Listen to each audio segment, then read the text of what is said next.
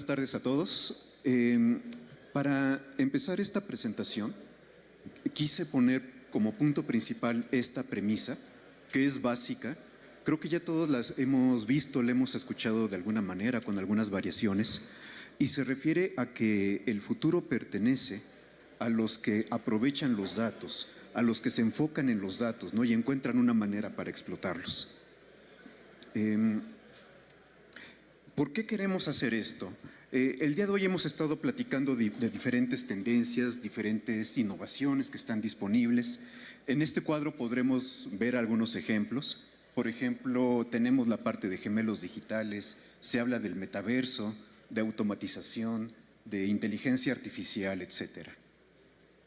Ahora bien, un punto muy importante, no hay que perder de vista que dependiendo de dónde estemos ubicados geográficamente, este set de tendencias puede ser diferente.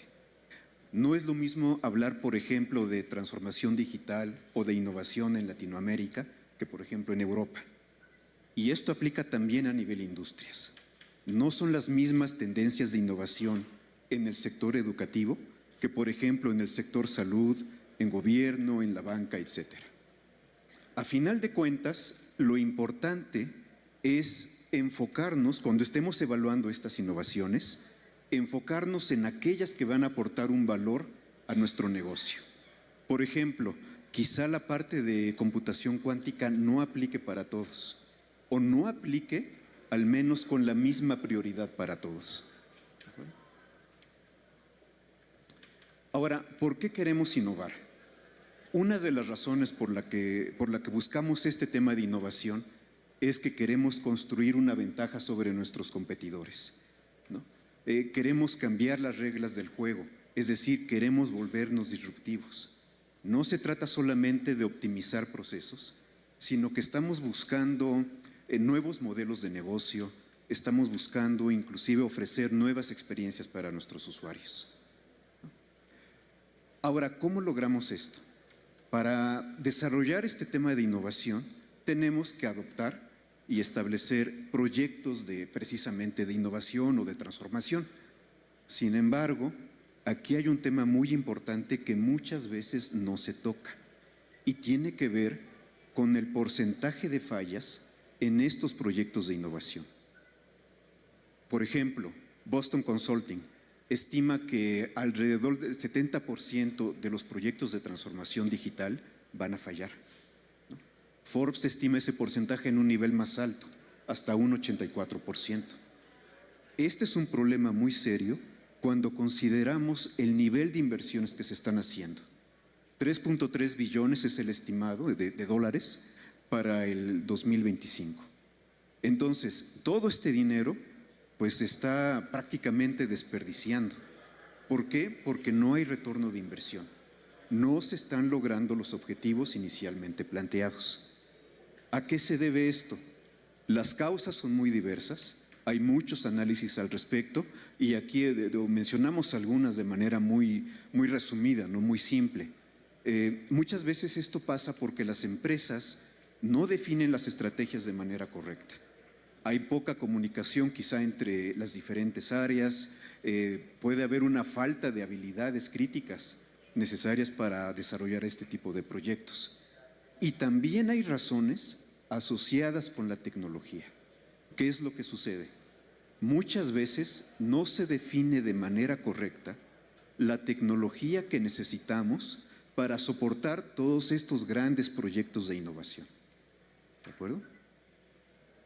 Inclusive puede también llegar a ocurrir algo que se conoce como Innovation Gap, en el que la mayor parte de la alta dirección de una empresa piensa que la empresa tiene la capacidad de innovar tecnológicamente hablando. Sin embargo, los mandos medios y los empleados a cargo de desarrollar estos proyectos no comparten esa misma opinión. Entonces, ¿cómo es posible definir cuál es la tecnología correcta cuando existen estas discrepancias dentro de la propia empresa? Resumiendo un poquito entonces lo que llevamos hasta el momento. Por un lado, tenemos clientes que están demandando experiencias para prácticamente a cualquier hora y desde cualquier lugar.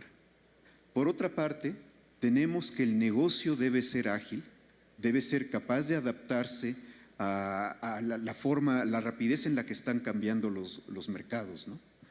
Y todo esto debe estar soportado por un ambiente que sea resiliente, que sea también adaptable, ¿no? Y que, como mencionaba hace rato, sea capaz de soportar estas iniciativas de innovación que me interesan.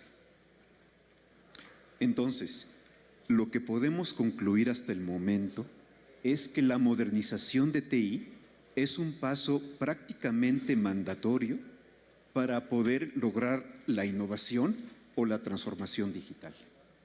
Esto se complica entonces porque además de que yo deba evaluar las diferentes opciones de innovación que están disponibles, también debo fijarme, también debo evaluar cuáles son las tendencias tecnológicas que me van a ayudar a soportar esos proyectos de innovación.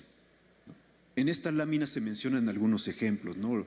Por ejemplo, la parte de contenedores, el uso de microservicios, la automatización, la infraestructura definida por software. Todas esas son tendencias, quizá no todas recientes, pero que sí están tomando más fuerza. ¿Por qué? Porque son clave, como repito, para poder lograr esos temas de innovación que estoy buscando. Ahora, esto se ve complicado, pero precisamente aquí es donde empresas como Hitachi podemos ayudar mucho a los clientes. ¿Por qué?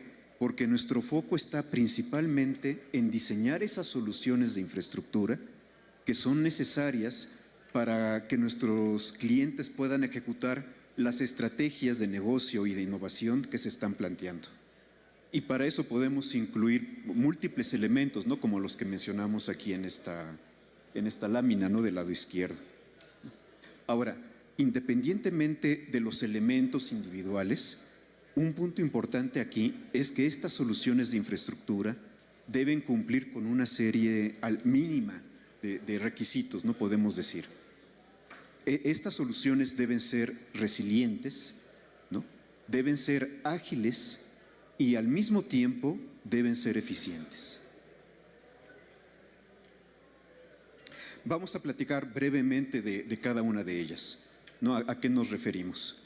Cuando hablamos de resiliencia, tenemos que hablar casi de manera obligada de temas de alta disponibilidad, ¿no? Todos sabemos el impacto que puede ocurrir cuando hay una interrupción en nuestros servicios críticos. E inclusive, aun cuando esos servicios no se interrumpan, si existe una degradación en el desempeño, en el performance de esos servicios, ya puedo tener problemas serios, ¿no? Ahora bien, creo que muchas veces no se analiza del todo qué significa este tema de alta disponibilidad, ¿no? Por eso quise incluir este video en el que se muestra un equipo, en este caso Hitachi, al que se le aplican diferentes pruebas, diferentes fallas, ¿no? La idea aquí es ver cómo se comporta el equipo ante estas múltiples fallas.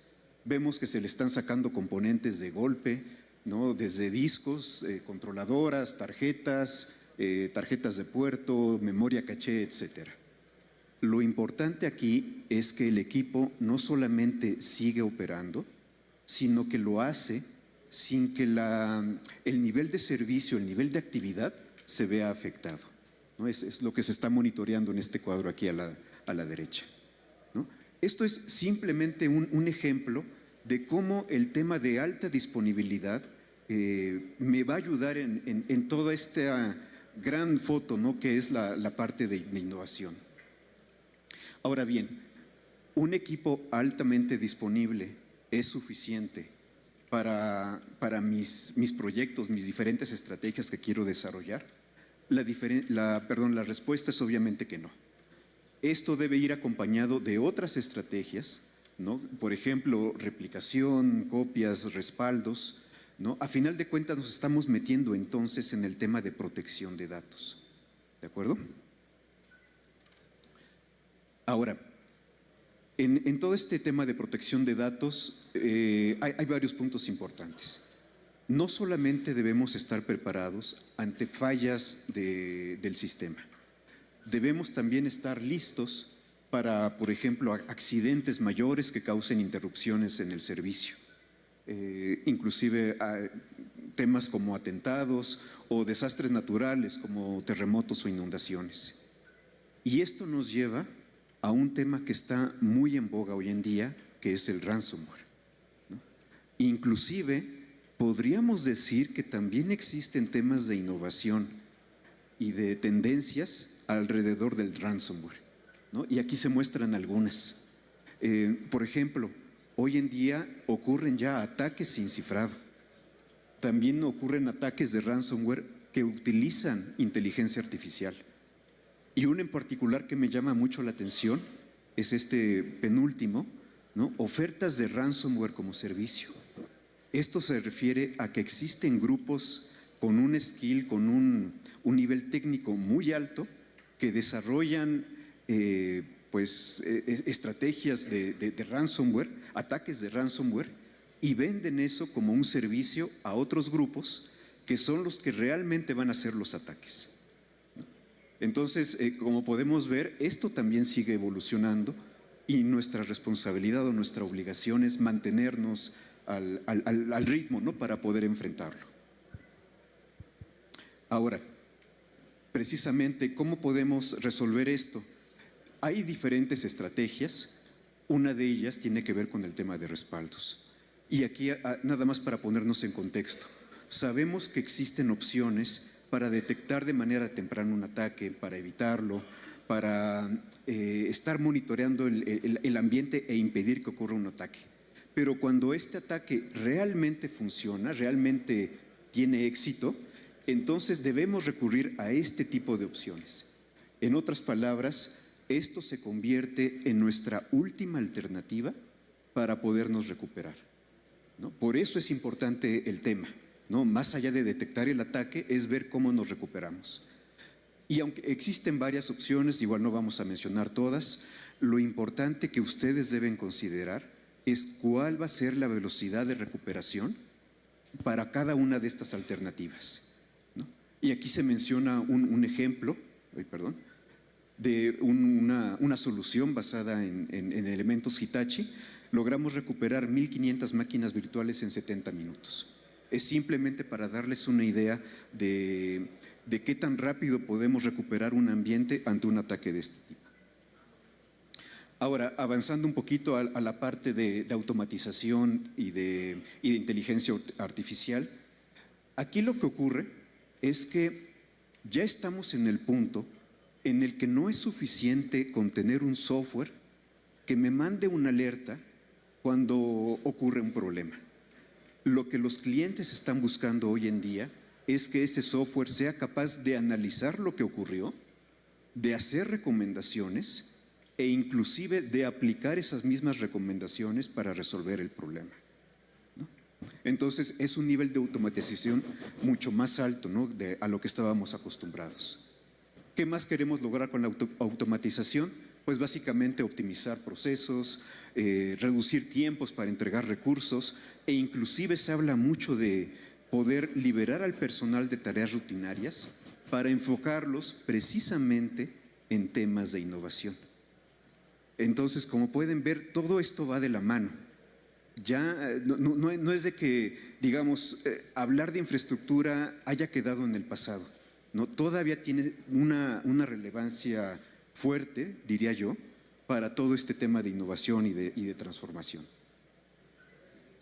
Ya para terminar, quise poner un ejemplo de un cliente muy grande en México. Es un cliente del sector financiero, uno de los bancos más grandes en el país. Tienen más de 25 millones de clientes, de los cuales 15 millones son clientes ya digitales, ¿no? Que utilizan sus aplicaciones digitales. ¿Qué es lo interesante de este cliente? Este cliente definió hace muchos años una estrategia de transformación y ha recibido, de hecho, varios premios y reconocimientos por sus iniciativas digitales. ¿Qué es lo que hacen ellos? Continuamente están evaluando cuál es el estado de la infraestructura y cómo está con respecto a esas estrategias que necesita el negocio, ¿no? El reto es grande porque ellos tienen todavía un ambiente legacy, un ambiente legado muy grande, donde todavía corren procesos críticos, pero a la vez están trabajando en un ambiente que llaman de nueva generación. El plan es que en algunos años toda la parte legacy se mueva a ese nuevo ambiente de nueva generación, pero como les digo, es un proceso largo, es un proceso continuo, y eso también es importante y es uno de los mensajes que quiero dejarles, ¿no? El que establezcamos un tema de innovación no es de un solo paso, es algo que tenemos que estar repitiendo continuamente, ¿no? Y esto de la mano con la evaluación de esa infraestructura. ¿Por qué? Porque como decía al inicio, es importante que esa infraestructura sea capaz de soportar todas estas tendencias de innovación de las que hemos visto a lo largo del día. ¿De acuerdo? Bueno, eso sería todo por mi parte. Muchas gracias.